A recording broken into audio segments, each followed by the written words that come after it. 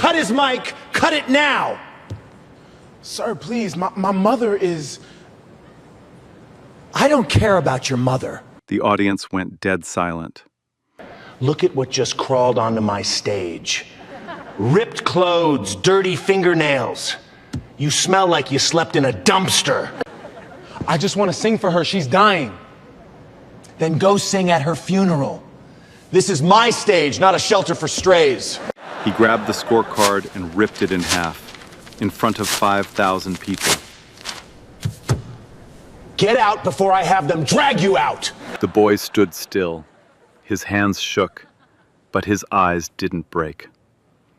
That judge cut off a boy mid-audition for singing to his dying mother.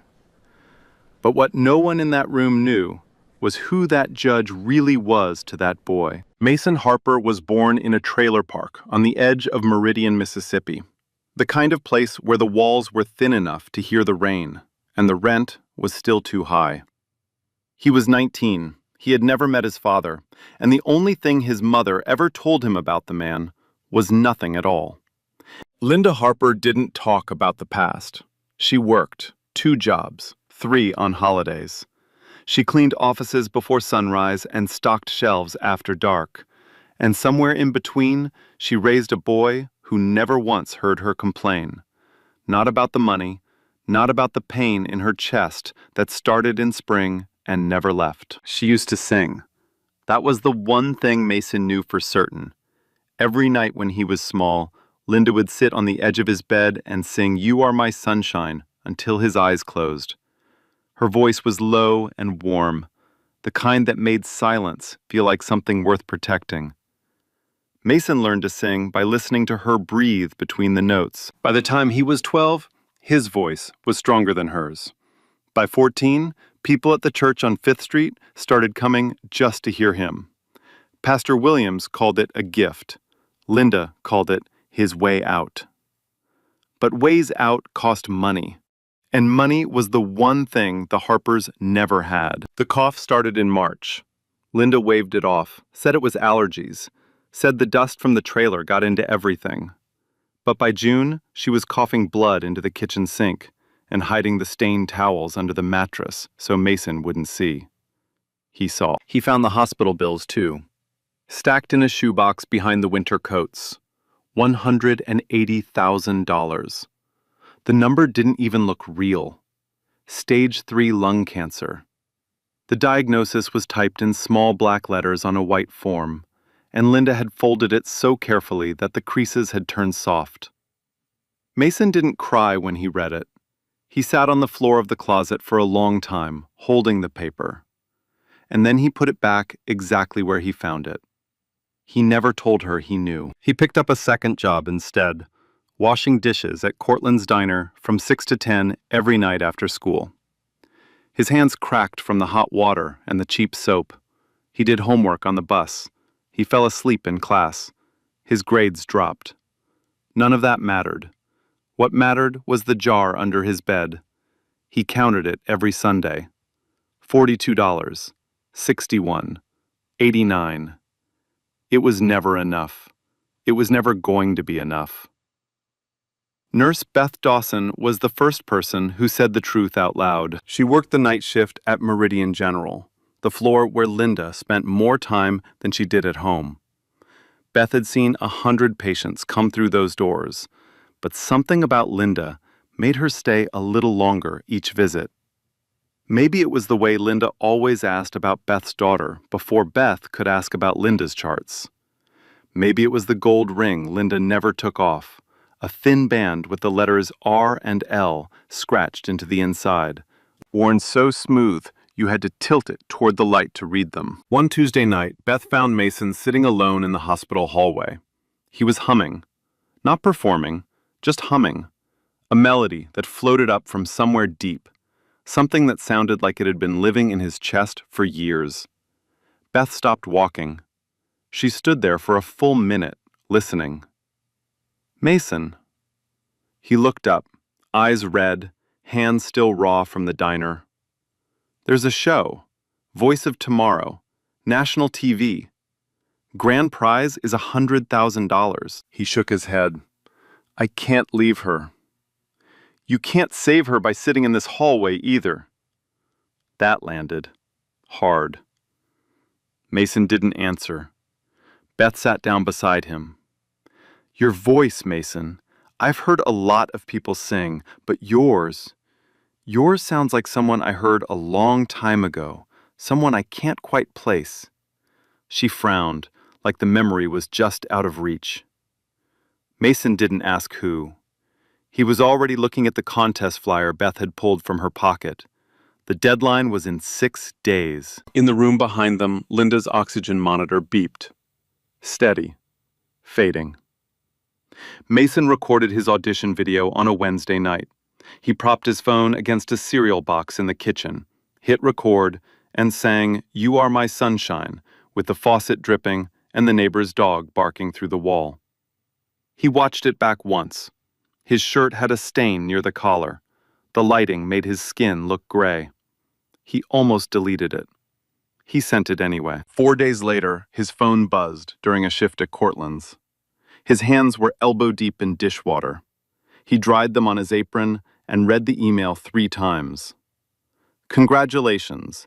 You've been selected for the live audition round of Voice of Tomorrow. Please report to the Grand Ole Theater in Nashville, September 14th. Nashville was 260 miles away. The bus ticket cost $48. Mason had 31 in his jar. He didn't tell anyone for 2 days. He worked his shifts, sat with Linda at the hospital, and stared at the trailer ceiling doing math that never added up.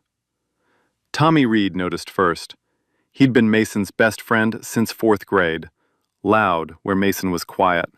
Reckless where Mason was careful.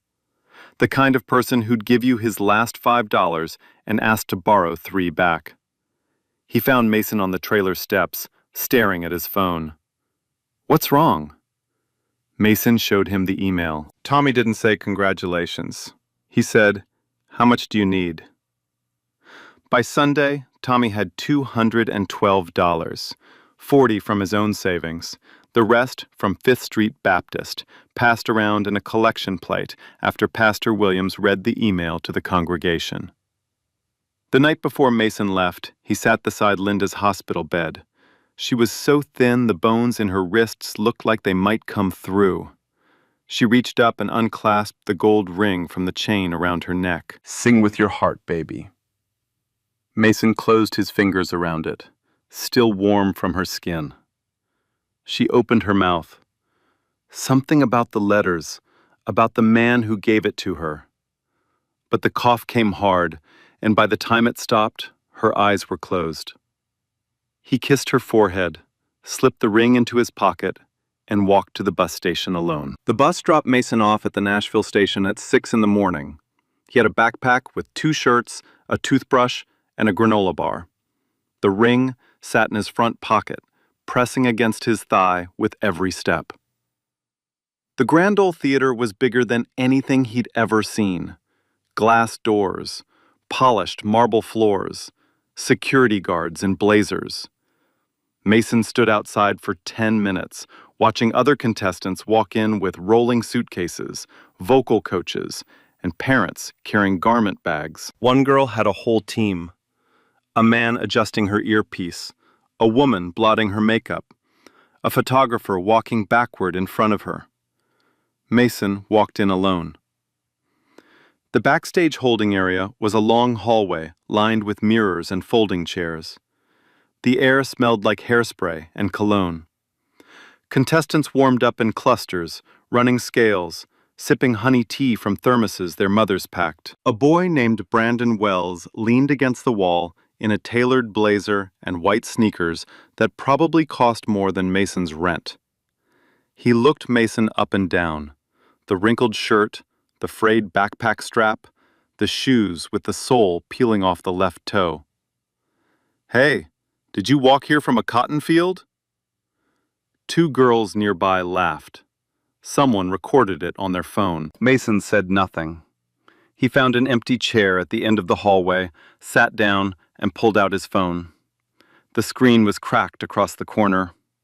He opened the last photo of Linda, taken 3 weeks ago in the hospital bed, smiling, oxygen tube in her nose, holding up a thumbs up like everything was fine. His phone buzzed. A text from Beth. Your mom was admitted to the ICU last night. She's stable, but it's getting worse. I didn't want to tell you before your trip. I'm sorry. Mason read it twice. He put the phone face down on his knee. He pressed his palms together and squeezed until his knuckles turned white. For a full minute, he considered walking out, going back to the bus station, going home. Then he looked at the photo one more time. The thumbs up, the oxygen tube, the smile that cost her everything. He stood up. He buttoned his wrinkled shirt to the top, and he walked toward the stage door. The stage was a wall of light. Mason could feel the heat from the spotlights before he even crossed the threshold. 5,000 seats, every one filled. Cameras mounted on cranes swung in slow arcs above the audience like mechanical birds. A stagehand clipped a microphone to his collar and gave him a look that said, "Good luck," without saying it. Mason nodded. His mouth was dry. His palms were wet. The ring pressed against his thigh through the thin fabric of his pocket. He stepped into the light. The audience was a blur. Rows and rows of faces melting into one wide, breathing mass. The front row was close enough to touch. A woman in a red dress whispered something to the man beside her. A teenager held up a phone, already recording. And then there were the judges. 3 of them sat behind a long, curved desk at the center of the floor, elevated just enough to look down at whoever stood on stage. Each had a microphone, a glass of water, and a red button the size of a fist. Elena Whitfield sat on the left. She was 71 years old, a retired opera soprano who had performed at La Scala, the Met, and Carnegie Hall. Her back was straight. Her eyes were sharp. She looked at Mason the way a jeweler looks at a rough stone, not with doubt, but with patience. Derek Simmons sat in the middle. He was a producer, 40 years in the industry, 3 Grammy wins. He wore a gray suit and a calm expression, the kind of man who had heard 10,000 voices and could tell within 8 bars whether the next one mattered. Richard Cole sat on the right.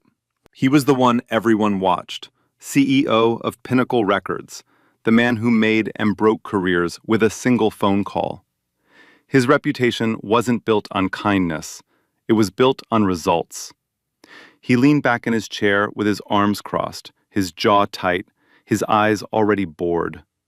He looked at Mason the way a man looks at a stain on his shoe. But there was something else, something that lasted only a fraction of a second.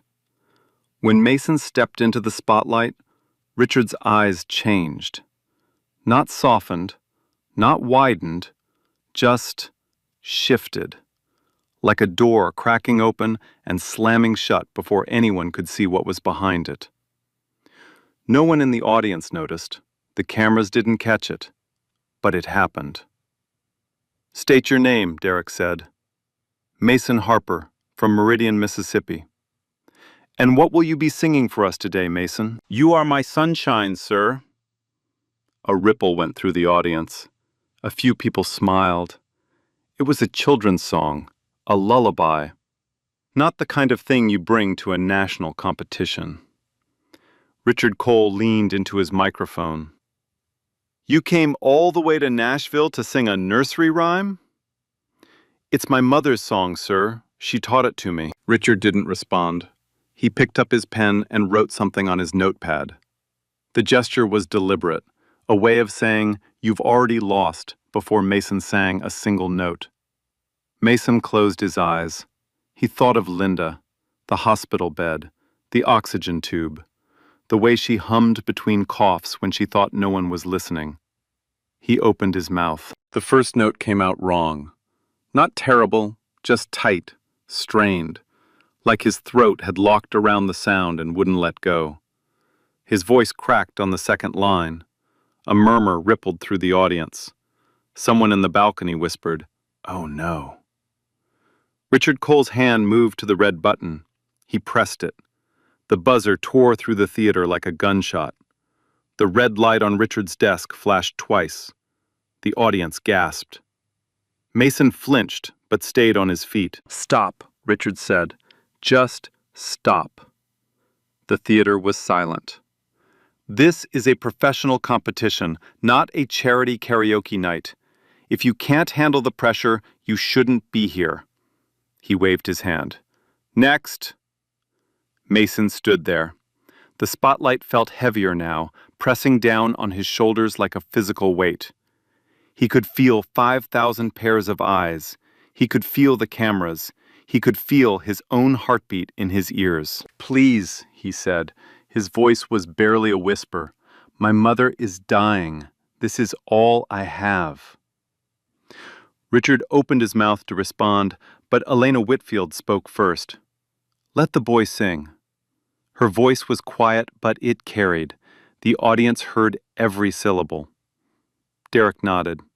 "I agree. One more chance. From the top." Richard's jaw tightened. He looked at Elena, then at Derek, then back at Mason. 2 against 1. He leaned back and said nothing. Mason stood alone on the stage.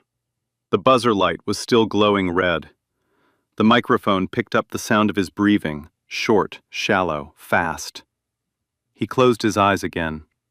This time he didn't think about the crowd. He didn't think about the judges. He didn't think about the cameras or the prize or the hospital bills stacked in a shoebox behind the winter coats. He thought about Tuesday nights, Linda sitting on the edge of his bed, her voice barely louder than the crickets outside the window. The way she'd brush his forehead with the back of her hand, not checking for a fever, just touching him because she could. He opened his mouth, and what came out was not the same voice. It started low, a hum, almost subvocal, like the sound was coming from the floor itself, rising through his bones, through the soles of his broken shoes, up through his chest and into the air. Then it opened. The note climbed, clean, effortless, impossibly wide. It filled the theater the way water fills a glass, edge to edge, without spilling. The audience stopped breathing. A woman in the third row pressed her hand to her mouth. A man in the balcony set his phone down because he forgot he was recording. Mason sang Amazing Grace.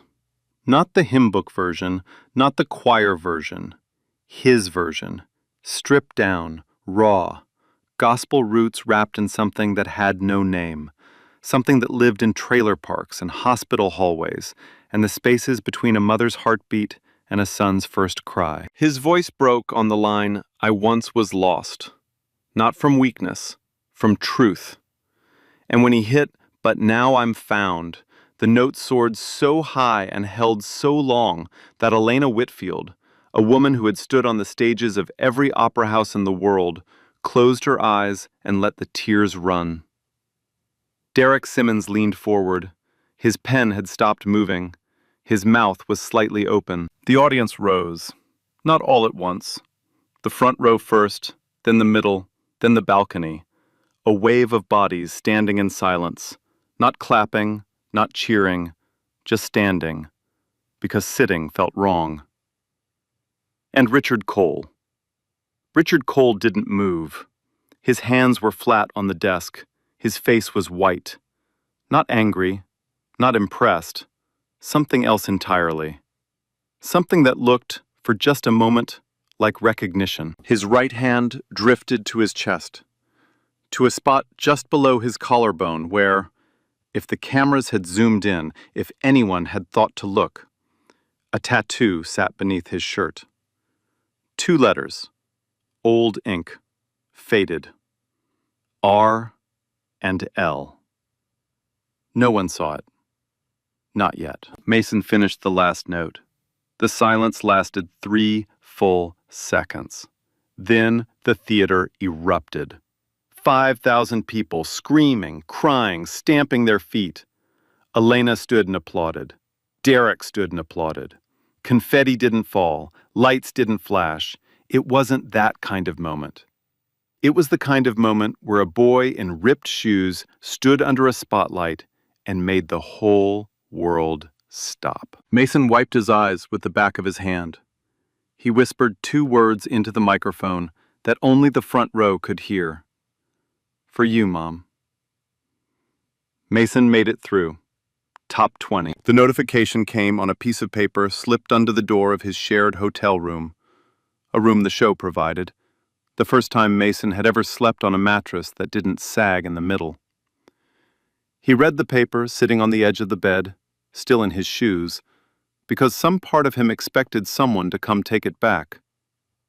Nobody came. The second round was scheduled for Saturday. Each contestant would perform 1 song, chosen by the show's music director in consultation with the judges. The list went up Thursday morning on a bulletin board in the backstage hallway. Mason found his name near the bottom. Song assignment: Autumn Leaves, Nat King Cole arrangement. Jazz standard, complex phrasing, chromatic runs, the kind of song that required years of conservatory training and a voice that could move like smoke through a keyhole. Mason had never sung jazz in his life. He looked at the other assignments: pop ballads, R&B classics, gospel anthems. Every other contestant had received a song that fit their style, their range, their strengths. Mason had received the one song designed to make him fail. He knew who did it. He didn't need proof. He could feel it, the way you feel someone watching you from across a dark room. The show's assistant director, a young woman with a clipboard and tired eyes, confirmed what Mason already suspected. The music director approved all the assignments, she said, but Mr. Cole made a special request for yours. Said he wanted to see if you had range. Range. That was the word Richard used. Like sabotage was a favor. Mason sat in the stairwell behind the theater for an hour. The concrete was cold against his back. He held his phone and thought about calling Beth, calling Tommy, calling anyone. Instead, he called the hospital. The nurse who answered wasn't Beth. She said Linda was sleeping. She said the latest scan showed the tumor had grown. She said the doctor wanted to discuss hospice options. Mason hung up. He pressed the phone against his forehead and breathed. 2 days. He had 2 days to learn a song he'd never heard, in a genre he'd never studied, against contestants who'd trained their entire lives. He almost gave up. He sat in that stairwell and let the thought wash over him like cold water. Just go home. Just hold her hand. Just be there when it happens. The prize money was a fantasy. The competition was rigged. The man behind the desk had made sure of it. Then his phone buzzed. A voicemail. Old. Saved. From 3 months ago. He'd kept it because he couldn't bring himself to delete it. Linda's voice, thin and breathy, singing between coughs. Not a lullaby this time. Something different. A melody that swung. A rhythm that swayed. A voice that, even at its weakest, bent notes like warm glass. Jazz. His mother had sung jazz. Mason played it again. And again. He closed his eyes and listened to the way she slid between the notes, not hitting them clean, but leaning into them, letting them blur at the edges, the way only someone who'd lived inside music could do. He'd never asked her about it. She'd never offered. But it was there, in her voice, in her bones.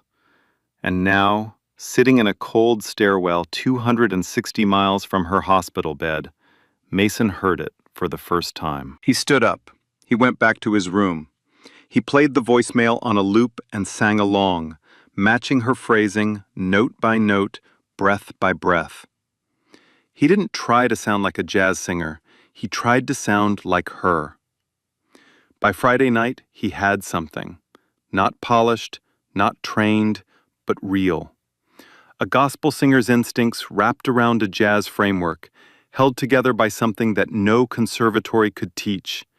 The DNA of a woman who once sang in smoky clubs before life pulled her somewhere else. Richard Cole had changed Mason's song to expose a weakness. He didn't know he'd handed Mason his mother's language.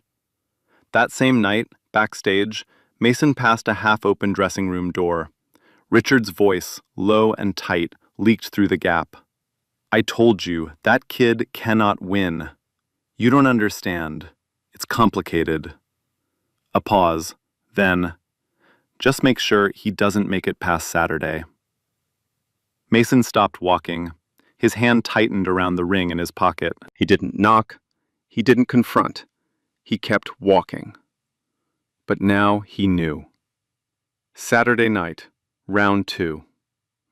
The theater was packed again. 5,000 seats, every one full. And this time, the energy was different. People had seen the clips. Mason's audition had already hit 40 million views online. Half the audience was there because of him. He walked out in the same wrinkled shirt, the same broken shoes. The crowd roared before he opened his mouth. Richard Cole sat behind the desk with his arms folded.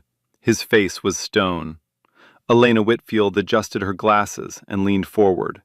Derek Simmons clicked his pen. The band started playing. Autumn Leaves. Smooth, slow, sophisticated. The kind of arrangement that expected a trained voice to float above it like silk. Mason didn't float. He planted. His first note landed low and heavy, rooted in gospel dirt. He bent the melody sideways, pulling it apart and rebuilding it in real time. Jazz phrasing he'd learned from a voicemail. Swing he'd absorbed from a dying woman's muscle memory. It wasn't clean. It wasn't polished. It was something else entirely. It was Linda Harper singing through her son. The audience didn't know that. They only knew that the sound coming off that stage didn't match any category they'd ever heard. It was gospel. It was jazz. It was blues. It was a 19-year-old boy who had no business being this good, singing a song he'd learned 48 hours ago, like he'd carried it his whole life. When the last note faded, Elena Whitfield removed her glasses and set them on the desk. Her hands were shaking. "That voice," she said, "doesn't come from training. That comes from the soul." Derek Simmons nodded slowly. "I've been in this industry 30 years. I haven't heard anything like that. Not once." Richard Cole said nothing. He didn't vote yes. He didn't vote no. He sat perfectly still while Elena and Derek sent Mason through to the top 10. His pen lay untouched on his notepad. His water glass was full. By midnight, #LetMasonSing was trending in 11 countries. The clip hit 60 million views by sunrise. Fan accounts multiplied by the hour, and one of them, buried deep in a thread that wouldn't go viral until later, posted an old photograph of a young Richard Cole standing outside a church in Meridian, Mississippi. The same church where Mason learned to sing. Nobody connected the dots. Not yet. Round 3, top 10. The stakes were no longer abstract. The finale was 2 performances away, and the grand prize had gone from fantasy to possibility. Mason could feel it in the way people looked at him backstage. The other contestants who had once ignored him now nodded when he passed. A few shook his hand. One gave him a bottle of water without being asked. Richard Cole felt it too, and it made him dangerous. The first move came the morning of the performance. Mason arrived at the theater for sound check and found his microphone missing from the rack. A stagehand said it had been reassigned. Technical issue, nothing personal. Mason would be using a backup unit, older, quieter, the kind they kept for rehearsals, not live shows. Mason didn't argue. He tested it once, heard the thin, tinny output, and said nothing. The second move came during the performance itself. Mason was 3 minutes into his song. A stripped-down arrangement of Bridge Over Troubled Water that he'd rebuilt from memory after hearing Linda hum it in the hospital, when the sound cut out. Not a fade, a kill. The monitors went dead. The backing track vanished. Mason's microphone dropped to a whisper so faint that only the first 2 rows could hear him. The audience murmured. A few people booed. The sound engineer in the booth looked confused, then looked at something off stage. Someone, and sat back in his chair. Mason stood in the silence. 5,000 people watching, cameras rolling, his voice trapped inside a dead microphone. He closed his eyes. He unclipped the mic from his collar. He set it on the floor. And he sang without it. The first note was raw, unfiltered. It came from his diaphragm, passed through his chest, and hit the back wall of the theater like a wave. No amplification, no effects. Just a boy's voice filling a room built for orchestras. The audience froze. He sang the chorus of Bridge Over Troubled Water a cappella, standing center stage with his arms at his sides and his eyes closed. His voice climbed. It cracked at the edges, not from weakness, but from weight. The weight of a hospital bed. The weight of a shoebox full of bills. The weight of a mother who might not make it to tomorrow. The first person to stand was a woman in the balcony, then a man near the aisle, then a teenager in the nosebleeds who screamed so loud the cameras picked it up. Row by row, the theater rose. Not politely, violently. 5,000 people on their feet, some crying, some shouting, some recording with their phones held high like candles at a vigil. Backstage, someone had already pulled out their phone and started recording the sound booth. The footage would surface within hours. A man in a headset receiving a text, then reaching for the audio board. The text was from a number registered to Pinnacle Records, Richard Cole's company. The clip hit the internet before the episode finished airing. Hashtag Sabotage Mason trended alongside hashtag Let Mason Sing. News outlets picked it up. Entertainment journalists wrote op-eds. The show's producers issued a statement calling it a technical malfunction under investigation. No one believed them. Richard Cole appeared on a late-night segment the following evening. He smiled. He called the accusations absurd. He said Mason was talented but emotionally unstable and not ready for the industry. He suggested, lightly, carefully, that the boy's entire story might be exaggerated. The sick mother, the poverty, the trailer park. Everyone wants a victim narrative these days, Richard said, adjusting his cufflink. It sells, but it doesn't mean it's real. 300 miles south, Sandra Cole sat in the living room of the house Richard had bought her. She watched her husband's face on the television screen. She watched him lie. Then she looked at the framed wedding photo on the mantel and looked back at the screen, at Mason's face, frozen in a thumbnail beside Richard's interview. The resemblance was unmistakable. Sandra picked up her phone. She scrolled through her contacts until she found a name she hadn't called in years. A journalist. Someone she'd once trusted with a smaller secret, a long time ago. She pressed call. On the other side of Nashville, Elena Whitfield sat in her dressing room and watched the same interview.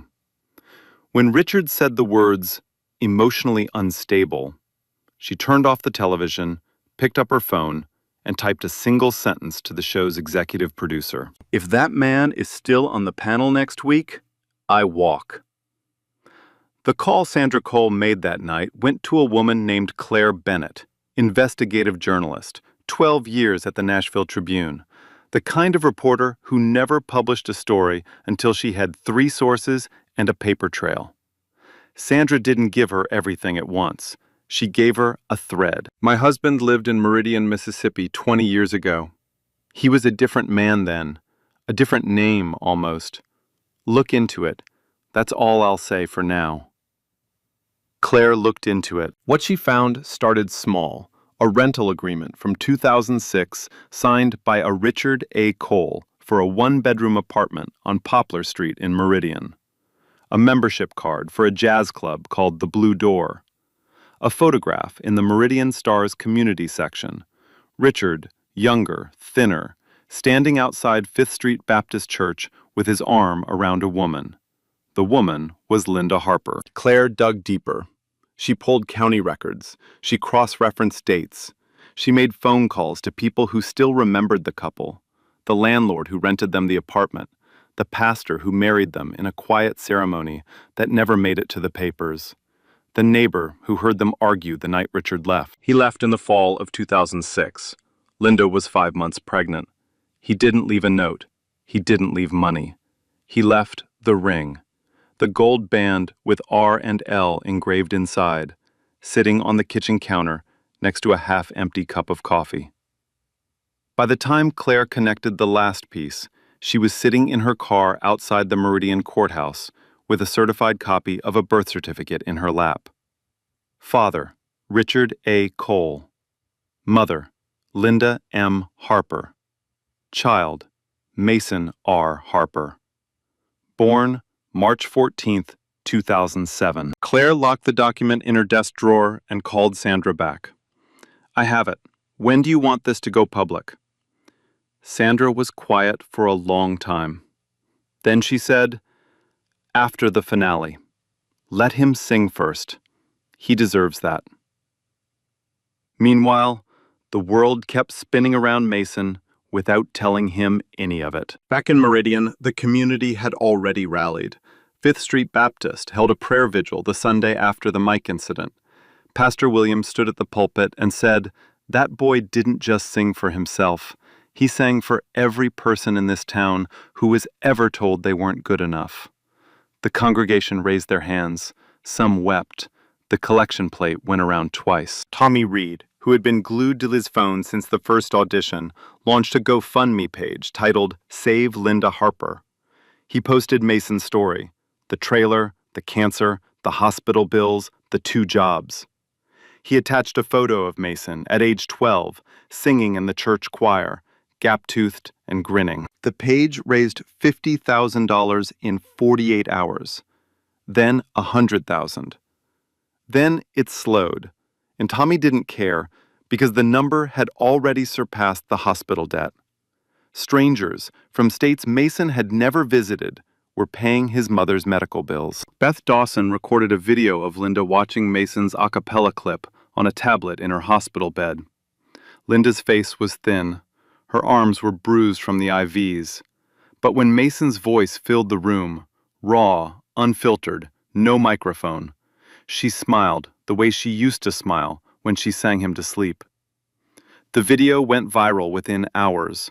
14 million views. Comments in languages Mason couldn't read. And in a practice room on the 3rd floor of the Grand Ole Theater, Elena Whitfield spent 2 hours every evening that week teaching Mason things no competition coach could. Not technique. He had enough of that on instinct. She taught him control. How to hold back so the release hits harder.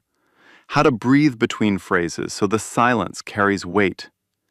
How to turn a performance into a conversation between one voice and 5,000 hearts. You have something I've only seen twice in my career, Elena told him on the last night before the finale. The ability to make strangers feel like you're singing only to them. Mason nodded. He didn't know what to say to that. He was thinking about his mother. Elena put her hand on his shoulder. Sing for her tomorrow. Forget the judges. Forget the cameras. Just sing for her. Mason touched the ring in his pocket. That's all I've ever done. Finale night. 15 million people watching live. The Grand Ole Theater had never been this full, this loud, this electric.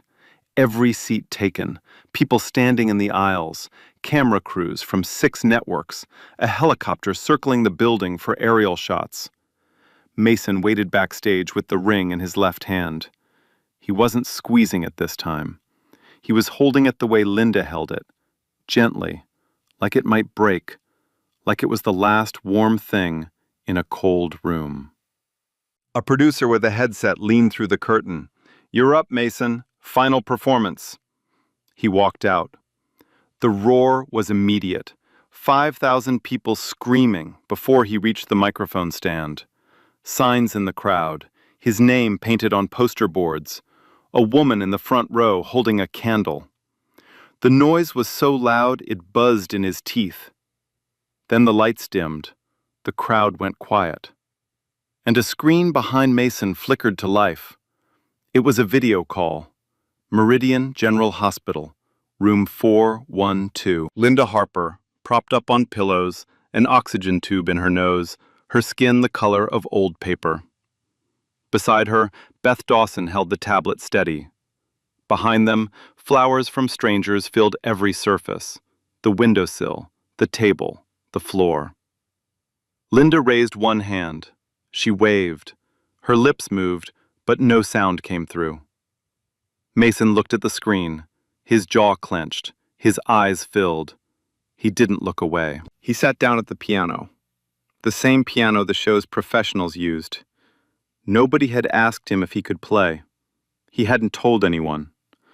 Linda had taught him when he was 7, on a keyboard she'd bought at a thrift store with 2 dead keys. He played the opening chord of You Are My Sunshine. Slow. Simple. The same key Linda sang it in every night beside his bed. And then he sang. Not the audition version, not the gospel version, not the jazz version. This was something stripped of everything except the truth. His voice was low at first, almost speaking, the way Linda used to sing it when she was too tired to project. Then it rose, gradually, like the sun coming up over a flat Mississippi field. Not sudden, not dramatic, just steady, just certain, just there. On the screen behind him, Linda closed her eyes. Her lips moved with his. She knew every word. She had written them into his bones. Mason's voice climbed to the bridge. The high notes came clean and bright, hanging in the air above the audience like something you could touch. A man in the 4th row took off his glasses and pressed his fists to his eyes. A teenage girl in the balcony sobbed into her friend's shoulder. And Richard Cole. Richard Cole sat behind the judge's desk, with both hands flat on the surface. His face was wet. Not from a single tear sliding down for the cameras. Wet. His shoulders shook once, then again, and he brought one hand to his mouth to keep whatever was inside from coming out. Mason sang the last line. Please don't take my sunshine away. And the note held. It held longer than it should have. It held until the silence swallowed it, and the only sound in the theater was 15 million people breathing at the same time. Then the screen behind the stage changed. Not the hospital feed, something else. A graphic. The Nashville Tribune logo in the corner. Claire Bennett's byline at the top. A birth certificate. Full screen. 5,000 people reading it at once. Father, Richard A. Cole. Mother, Linda M. Harper. Child, Mason R. Harper. Then the photographs. Richard and Linda outside 5th Street Baptist. Young, smiling. His arm around her waist. The ring on her finger.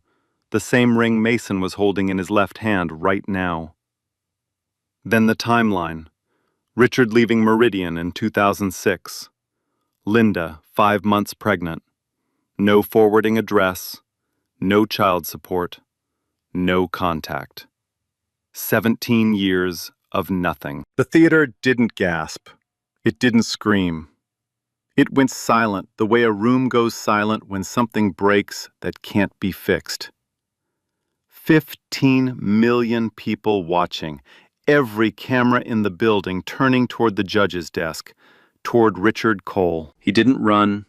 He didn't speak. He sat in his chair with his hands still flat on the desk and his face still wet. And he looked at the boy on stage. The boy he had buzzed, mocked, sabotaged, humiliated, called trash, told to sing at his own mother's funeral. And for the first time in 20 years, he saw his son. Mason stood at the piano, the ring warm in his hand, the screen glowing behind him. 5,000 people staring, 15 million more at home. He looked at Richard Cole. He didn't say a word. He didn't have to. The silence lasted 11 seconds. Someone counted later, a producer reviewing the broadcast footage frame by frame. 11 seconds of dead air on live national television. No one spoke. No one moved.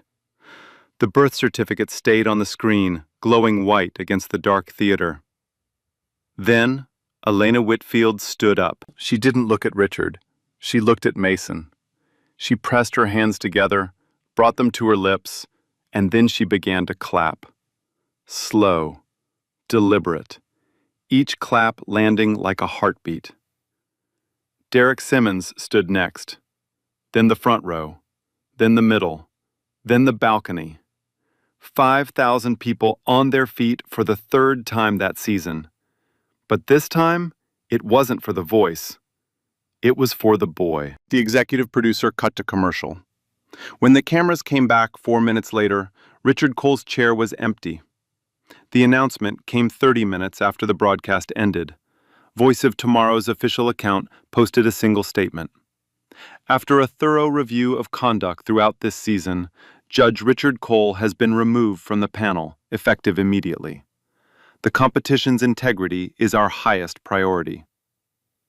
It wasn't enough for the internet. By morning, Claire Bennett's full investigation ran on the front page of the Nashville Tribune. 17 years of abandonment, laid out in court records, rental agreements, and testimony from neighbors who remembered the night Richard packed a single suitcase and drove north without looking back. The article included the photograph from Fifth Street Baptist. It included the ring. It included a quote from the landlord on Poplar Street. She stood at the window holding her belly and watched his taillights disappear. I never saw her cry after that. Not once. The story spread the way wildfire spreads in dry country. Every major network picked it up. Entertainment outlets ran hour-long specials. Social media didn't just trend, it detonated. Hashtag Justice for Mason. Hashtag Father of the Year. Hashtag Richard Cole is over. The hashtags stacked on top of each other like bricks in a wall that Richard couldn't climb over. Pinnacle Records issued a statement distancing itself from its founder. 3 major artists dropped their contracts within a week. The board of directors called an emergency meeting. By Friday, Richard Cole had resigned as CEO. No press conference, no farewell, just a 1-paragraph letter that used the word personal 4 times and the word sorry 0. Mason didn't read any of it. He was in a room backstage when the host announced the winner. He was sitting on a metal folding chair, holding his phone, looking at a photo of Linda. The same photo. The oxygen tube, the thumbs up, the smile. Mason Harper. He heard his name through the wall. Then he heard the sound. A sound so loud it vibrated through the floor and up through the legs of the chair and into his chest. 5,000 people screaming his name. He walked out. The host handed him an envelope. $100,000. Mason held it with both hands and stared at it like it was a letter from someone he'd been waiting to hear from his whole life. Elena Whitfield met him at the edge of the stage. She took his hands. Juilliard has a full scholarship with your name on it. Voice program, 4 years. I made the call this morning. Mason opened his mouth. Nothing came out. He nodded. That was enough. By the following week, Linda Harper had been transferred to Vanderbilt University Medical Center, one of the top cancer treatment facilities in the South. The GoFundMe, combined with Mason's prize, covered every bill. The shoebox behind the winter coats was empty for the first time in 2 years. The doctors started a new treatment protocol. They didn't promise anything. They never do. But they said the word options, and for Linda, that word sounded like music. The clip of Mason singing a cappella with a dead microphone became the most watched video of the year. 230 million views, more than any Super Bowl halftime, more than any presidential address. A boy in ripped shoes, standing alone on a stage, singing with nothing but his lungs and his grief, and a love so heavy it bent the air around it. Meridian renamed its youth music program. They called it the Mason Harper Foundation. The first rehearsal was held at Fifth Street Baptist, in the same room where a woman named Linda once taught her son that a voice was the one thing nobody could take from you. 6 months later, Mason Harper walked through the iron gates of the Juilliard School, with a backpack over one shoulder and the gold ring on a chain around his neck. The buildings were old. The hallways echoed. The practice rooms smelled like rosin and wood polish, and decades of voices layered on top of each other. He called Linda every night. Sometimes she answered strong, laughing, telling him about the nurse who snuck her pudding after hours. Sometimes her voice was thin, and she fell asleep mid-sentence.